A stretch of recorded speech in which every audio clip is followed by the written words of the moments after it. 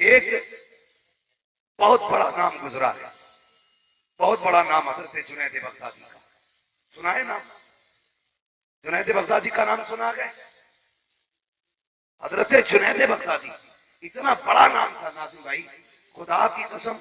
रब ने फरमाया जुनैद जी रब जा, अब जाके जंगलों में सिर्फ तेरा तज़किरा कर। 14 साल तक आप छानते रहे, 14 साल तक। रब ने कहा जुनैद अब लौट मखलूक की तरफ, अब क्या करना है? कहा अब लोगों को मेरा फैज बांट, फैज बांट लोगों में जाकर। जुनैद बगदादी आ गए। जब आ रहे थे ना तो लोगों को पता चला 14 साल की मुजाहिदे के बाद जुनैद आ रहे हैं। तो लोगों ने हार लिए, फूल लिए, इस्तकबाल में निकले। जुनैद बगदादी ने दूर से देखा, देख के कहने लगे ये कौन लोग हैं? पता चला ये इस्तकबाल के लिए आए हैं। अपने आप से कहने लगे जुनैद जिस नफ्स को मारने के लिए 14 साल जंगलों में रहा, हो सकता फिर ये घमंड में आ जाए, हार पड़ेंगे, फूल डालेंगे लोग तो ये सोचेगा शायद मैं कुछ हूं। का फिर रमजान का महीना था, जेब से रोटी निकाली, खानी शुरू कर दी। हमारी कौम भी बड़ी आगे है, अगर उठाती है तो एकदम सर पे उठा लेती है और फेंकती है तो एकदम फेंक देती है बिना तहकीक के। रोटी डाली, खाते हुए आ रहे थे, लोगों ने देखा, कहने लगे लो ये जुनैद है, हम इसका इस्तेमाल करने आए, जिसे रमजान का भी अदब नहीं मालूम, ये रोजे में रोटी खा रहा है। ये सोच के लोगों ने फूल तो फेंके, हाथों में पत्थर ले लिए। जुनैद आए, पत्थर मारे, जूते मारे, एक बच्चे को कुछ नहीं मिला तो उसने जुनैद के मुंह पे थूक दिया, थूक दिया। पत्थर बर्दाश्त कर लिए, जूते बर्दाश्त कर लिए। जब थूका तो जुनैद बगदादी बर्दाश्त न कर सके, रो के कहने लगे यार अब एक बच्चा थूक गया मेरे मुंह पे। आवाज आई जुनैद दिल थोड़ा न कर, अगर बता दूं कि तेरी शान क्या है तो ये सब कुछ छोड़ के तेरे दरवाजे पे आके बैठ जाएंगे, तेरे दरवाजे पे आके बैठ जाएंगे। तो जुनैद बगदादी कहते हैं यार अब अगर तू मेरे पर्दे खोलेगा, अगर मैंने बता दिया तू कितना करीम है तो ये नमाजें छोड़ के सारे लेके जाएंगे। आवाज आती जुनैद ऐसा कर, तू हमारे राजों पे पर्दे डाल, हम तेरे राजों पे पर्दे डाल देते, हम तेरे। ये जुनैद बगदादी, इनकी बारगाह में एक दिन एक शख्स आया, आके कहने लगा हुजूर मैं लकड़ी काटता हूं जंगल में। कहा फिर? कहा जंगल में जाता हूं ना तो कुछ नौजवान जंगल में शराब पीते, आपकी तबलीग सिर्फ खानकाह में होती है, ये जंगल के बाहर भी कुछ असर करती है। जुनैद बगदादी ने इतना सुना, कहा क्यों? कहा अगर हो सके तो उन्हें तबलीग करें। सुने देखो अल्लाह दिल कैसे बदलता है। जुनैद बगदादी ने ढाटा लगाया, वहां पहुंचे जहां जवान बैठ के शराब पिया करते थे। उन्होंने देखा लगता है कोई सिपाही आ रहा है, भागना चाहा। जुनैद बगदादी कहने लगे यार डरो मत, डरो मत, मैं कोई सिपाही नहीं हूं, तुम्हारी तरह मैं भी आम इंसान हूं। तो वो रुक गए, गए जाके बैठ गए। उन लड़कों ने कहा जी आप कैसे आए? कहने लगे यार मुझे पता है तुम लोग यहाँ बैठ के पीते हो अकेले, मैं वहां पीता हूं, तुम यहाँ पीते हो, तो मैं इसलिए आ गया, मैं इसलिए आ गया कि अकेले नहीं अब तुम साथ में पिया करेंगे। उन्होंने सोची चलो पार्टी बढ़ गई, एक आदमी और आ गया घर की पार्टी में। तो आपने फरमाया कुछ है? कहने लगे नहीं हजरत, जो लाए थे वो खत्म हो गई और दिन में एक बार मिलती है, बड़ी सख्ती है शराब है, इसलिए दोबारा मिलती भी नहीं है। कहा फिर? कब? कल आना, कल पिएंगे। तो आपने फरमाया अब नहीं मिलेगी? कहा जी अब तो नहीं मिल सकती। आपने फरमाया एक रास्ता मुझे पता है। कहा क्या? कहा किसी को जाना भी नहीं पड़ेगा, खुद ब खुद चल के यही आ जाएगा, यही चल के आ जाएगा। वो शराबी वो समझ रहे थे कि वो शराब है, लेकिन जुनैद उस शराब की बात कर रहे थे जो शराब नजरों से पिलाई जाती है, उस शराब की बात। कहने लगे जी यही आ जाएगी? कहा हाँ। का तरीका बताइए? फरमाने लगे यहाँ कहीं पानी की आवाज आ रही है? कहने लगे पीछे दरिया है ना। फरमाया जल्दी जाओ गुस्ल करो, गुस्ल करके आओ। क्या होगा? का बता रहा हूं शराब कैसे आएगी। तीनों दौड़े दौड़े गए, आज तो फ्री मिलेगी, बिना खतरे के मिलेगी, पैसे दे के खरीदते थे, आज बगैर पैसे के मिलने वाली है।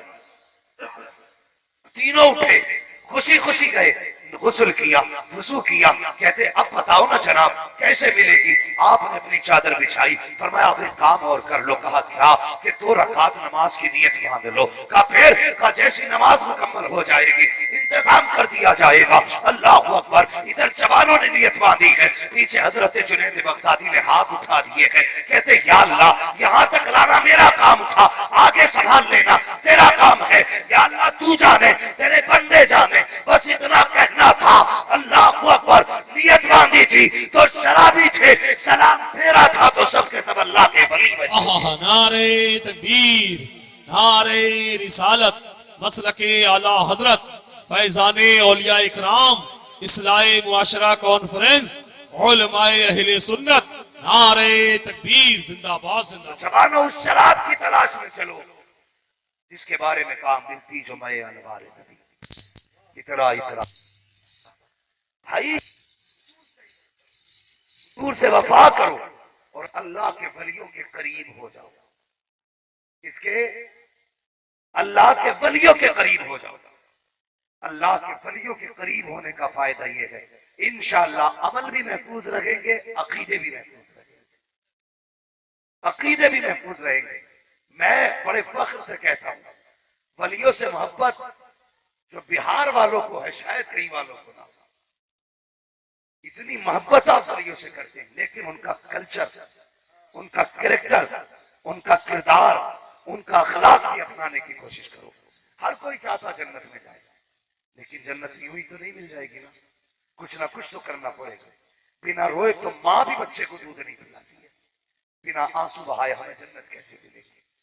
कुछ ना कुछ तो हमें भी करना पड़ेगा ना, कुछ ना कुछ तो करें, अल्लाह को राजी करने की कोशिश करें, मुस्तफा को राजी करें।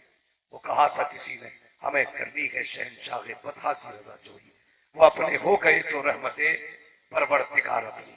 वो लोग इश्क करो हुजूर से, मोहब्बत करो खुदा से। और जवानों आखिरी बात, लुक़्मे हलाल के लेके आओ। आखिरी बात, हलाल के लुक़्मे कमाओ। जब लुक़्मे हलाल के होते हैं तो नस्लें बाअदब होती है, और लुक़्मे हराम के होते हैं तो नस्लें बाप पे जूते चलाया। अगर चाहते हो तुम्हारी औलाद तुम्हारी इज्जत करे, तुम्हारी कदर करे, तो फिर अपनी औलाद को हलाल के लुक़्मे खिलाओ। हलाल के लुक़्मे मत खिलाओ मुर्गे मछली, मत खिलाओ कीमती खाने। अल्लाह तौफीक दे तो मेरे भाई मत खिलाओ पैसे वाली चीजें, चटनी से खिलाओ, और चटनी से खिला के गर्दन न झुका, फख्र से कहे खुदा का शुक्र है बेटो मैंने चटनी खिलाई है, हराम के लुक़्मे नहीं खिलाए,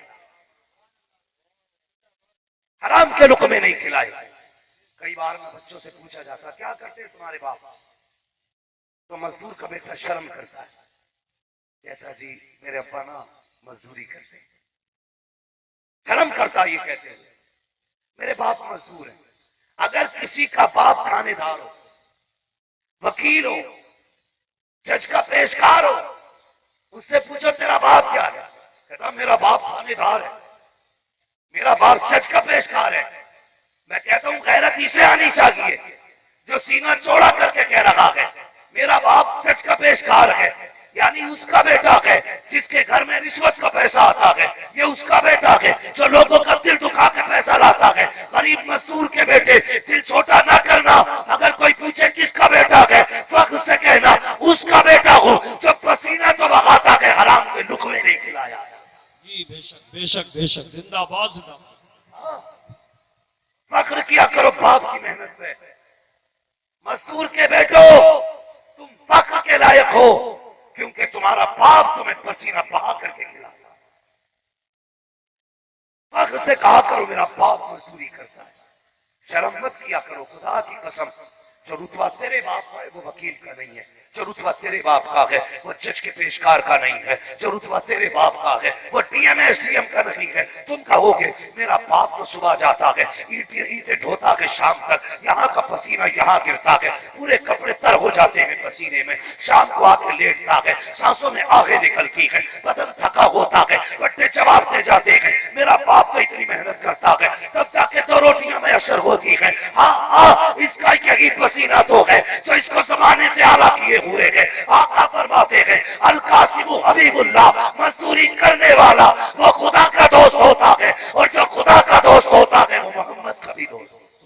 या सुभान अल्लाह, नारे तकबीर, नारे रिसालत, अजमत मजहब इस्लाम जिंदाबाद। तो बाप की मजदूरी पे कभी शर्म मत करना, कभी सर झुका के न कहना मेरा बाप मजदूरी करता है, सर उठा के कहना मेरा बाप मजदूरी करता है।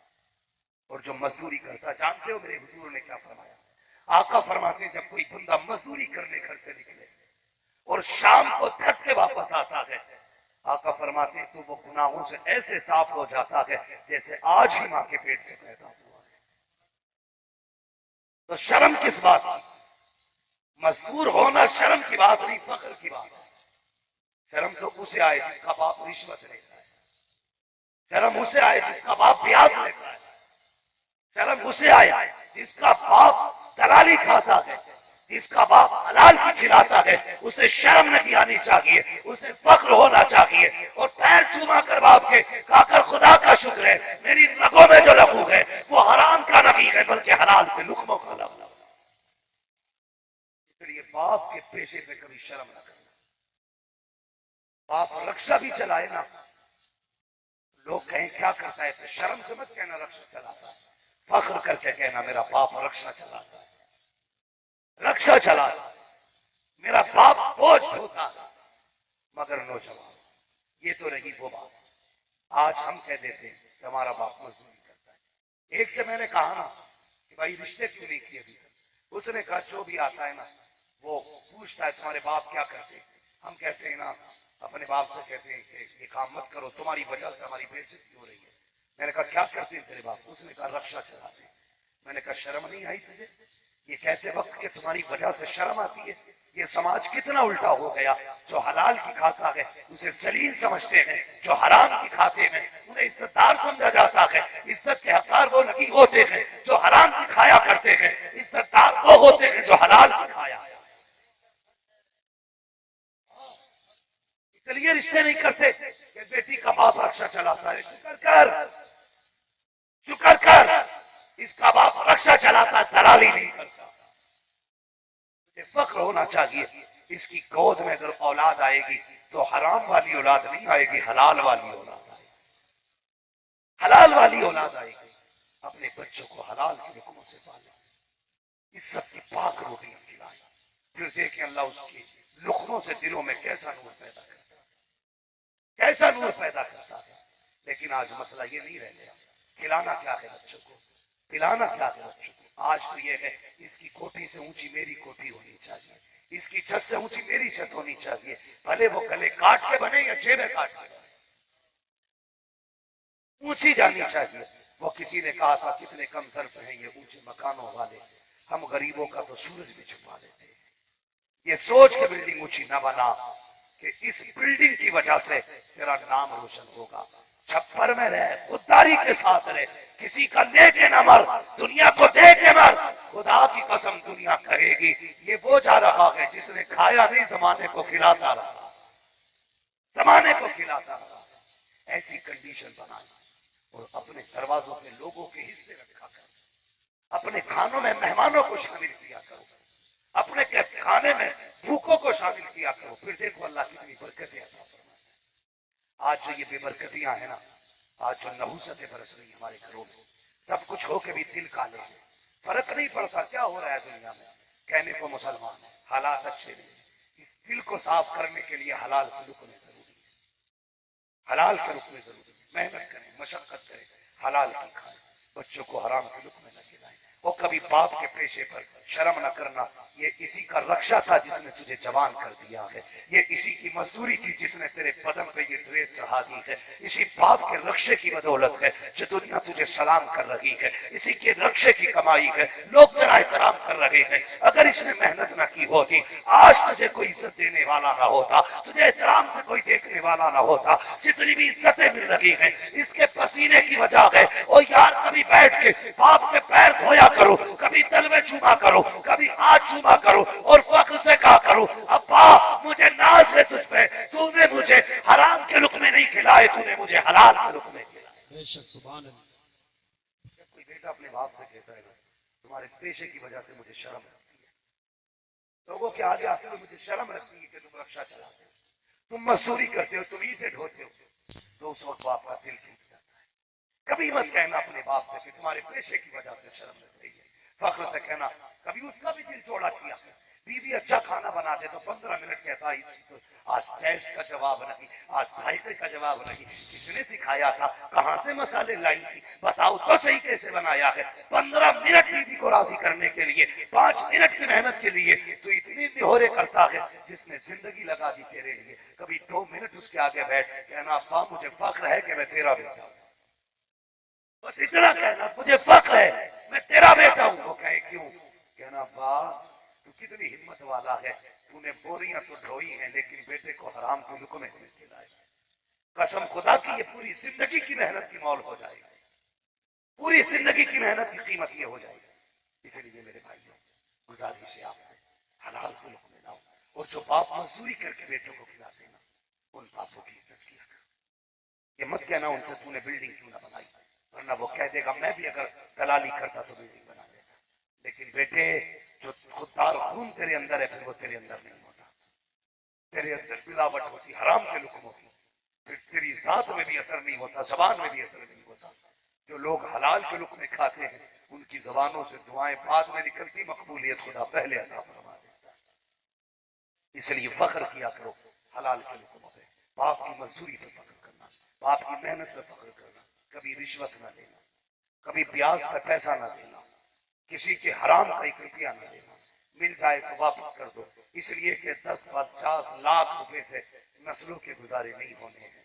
50 लाख भी हराम के होंगे, खत्म हो जाएंगे। इज्जत के हलाल के लुकमे खा, शान से मर के कब्र में जा, हुजूर पूछे क्या लेके आया है, दामन खोल के दिखा देना या रसूल अल्लाह तेरा किरदार लेके आया, तेरी दी हुई सीरत लेके आया हूँ। आका फाके तो किए थे जेब नहीं काटी थी, फाके तो किए थे हराम के लुकमे नहीं कमाए थे, फाके तो किए थे किसी का दिल नहीं दुखाया था, फाके तो किए थे किसी पे जुल्म नहीं किया था, फाके तो किए थे किसी का हक नहीं मारा था, फाके तो किए थे किसी को सताया नहीं था। आका कहेंगे फरिश्तों मेरा बंदा मेरा चाहने वाला मेरा गुलाम कहेंगे पूरी जिंदगी दुनिया में दुख उठा के आया है, इसकी कब्र में जन्नत के सुख सुकून अदा कर दिए। सुभान अल्लाह।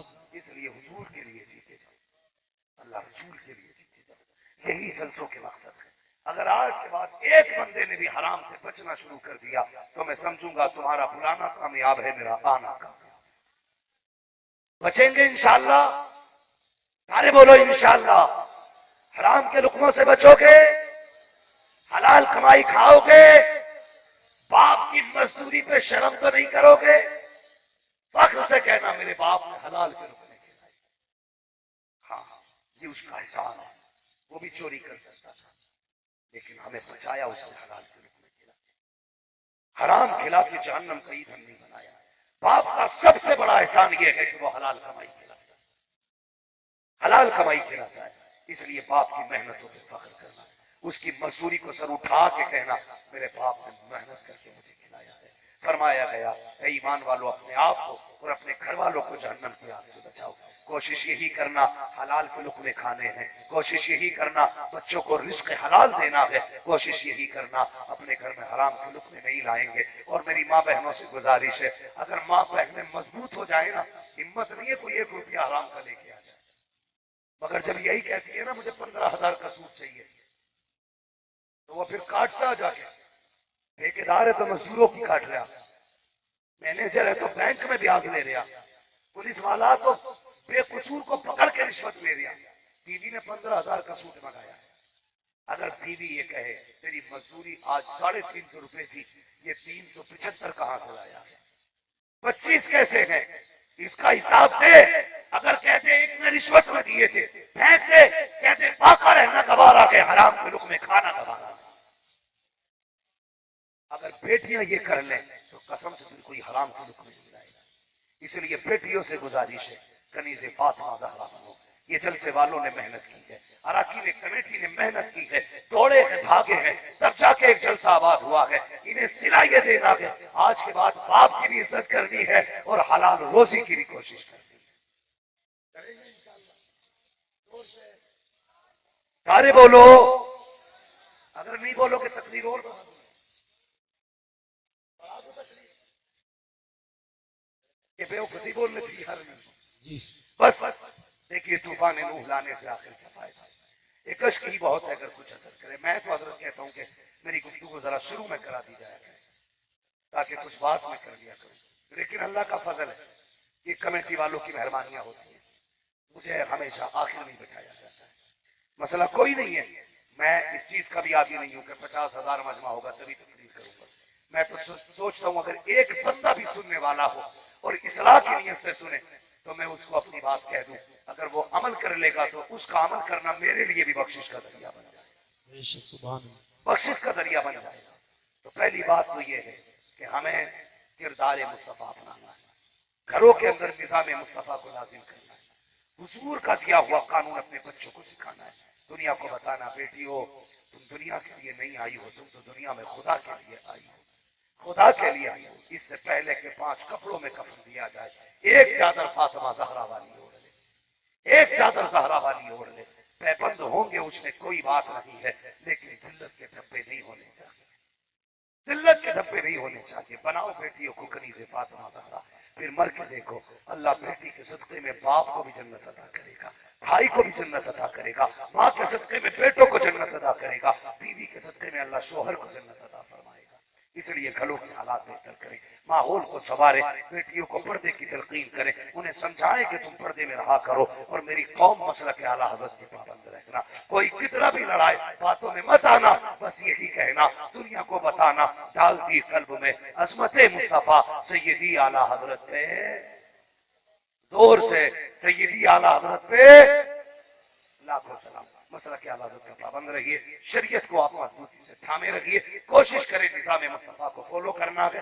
उस वक्त तक दुनिया में करार नहीं आएगा जब तक निज़ाम मुस्तफा को फॉलो नहीं किया जाएगा, उस वक्त तक जिंदगी में बहारें नहीं आएंगी जब तक मुस्तफा के किरदार को अपनाया नहीं जाएगा, उस वक्त तक सुकून नहीं पाओगे जब तक तुम उठते बैठते हुजूर की रजा का ख्याल नहीं करोगे। जब ये कोशिश करोगे हमें जिंदगी ऐसे गुजारनी है जो मुस्तफा को पसंद है, कसम खुदा की तुम्हारी दुनिया भी कामयाब हो जाएगी, तुम्हारी आखिरत भी कामयाब हो जाएगी। या अय्युहल्लज़ीना आमनू क़ू अनफुसकुम व अहलीकुम नारा, ईमान वालों अपने आप को और अपने घर वालों को जहन्नम की आग से बचाओ। ये जलसे नूर जिंदाबाद, पाइंदाबाद, अरकान कमेटी।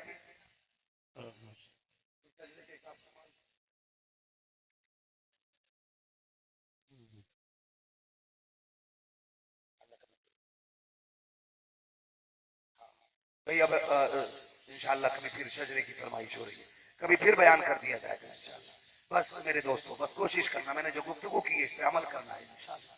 सारे लोग कलमा शरीफ पढ़ लें, ला इलाहा इल्लल्लाहु मुहम्मदुर रसूलुल्लाह अस्तगफिरुल्लाह रब्बी मिन कुल्ली ज़ंबिन व अतूबु इलैहि व मा अलैना इल्ला अल बलाग। बारी का नजरुल बारी, नजरुल बारी है क्या? हाँ बोल देते हैं कोई नजरुल बारी है, वो आ गए। अरे तो वहां सो रहे हो यार, बैठ जाइए बैठ जाइए। जनाब मोहतरम नजरुल बारी के भी 2-3 शेर सुनना है, उसके बाद सलातु सलाम होगा, मुफ्ती साहब दुआ करेंगे, आप अपने घर जाएंगे। 2-3 शेर बैठ जाइए, 5 मिनट और बैठ जाइए। 2-3 शेर जनाब मोहतरम नजरुल शायर इस्लाम नजरुल बारी